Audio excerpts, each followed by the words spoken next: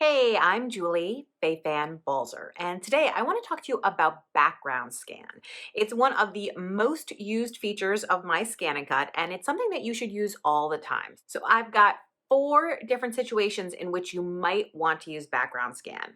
The first situation is if you're like me and you're an absolute hoarder of supplies, and yet you also like to use every tiny little scrap. Well, background scan is going to help you out with that because we're going to be able to scan this in, see it, and place our cut exactly on it. Let's go check it out at the machine. This is the background scan button. It's meant to look like a scanner. You can see as if something's going through there. So I'm going to choose it. And then if my mat is loaded, the start button will light up. If you don't have a mat loaded, it won't light up until you put it in. If you touch the button by accident, you can hit this back button. If you're ready, you're gonna go ahead and press start. If you receive an error message about the scanner lever, this is the scanner lever. You can see position 2 and 1, and all you need to do is bring it down, and that brings the glass closer. If you have more questions, you can see my video on the scanner lever.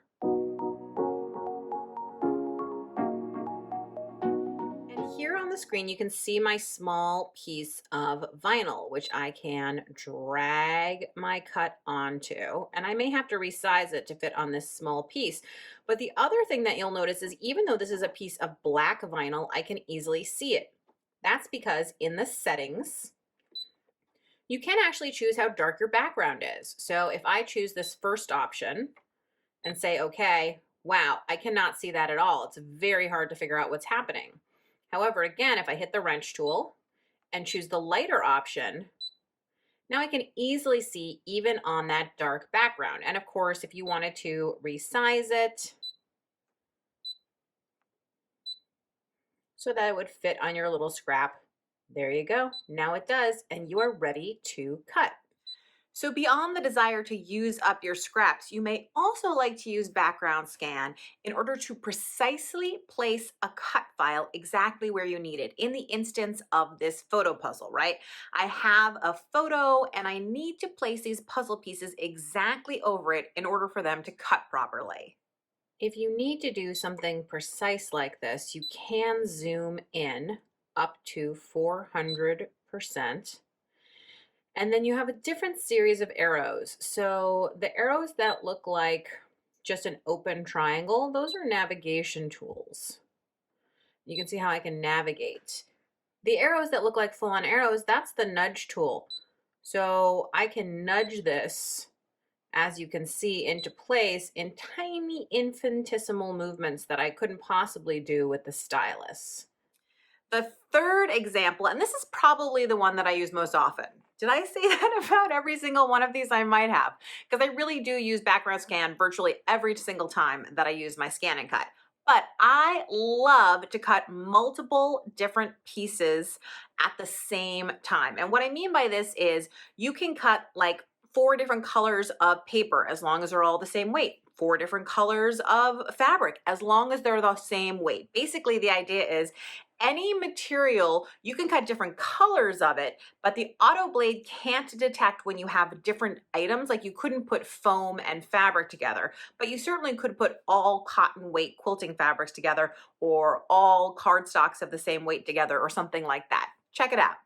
So here you can see that I have a rooster design that has a bunch of different parts. So I have 3 different colors of cardstock so that I can cut the pieces out of 3 different colors. Now again, these are all cardstock and they're the same weight cardstock, but I'm getting my 3 distinct colors. If I change the settings, you can see I've got yellow, orange, and red, and I even have a bird cut out of one of the pieces, and it doesn't matter because I can see it to use up all of my little scraps. And finally, sometimes I'm looking to cut out really specific things. So I love that I can use background scan to see exactly what it is I'm cutting and precisely get it just so. So let's say I want to have an animal at the center of each of my circles here. So I can place them wherever I want them because I can see everything.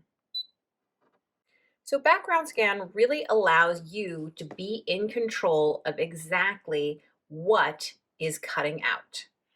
Thanks so much for watching. I hope you learned a few things about background scan.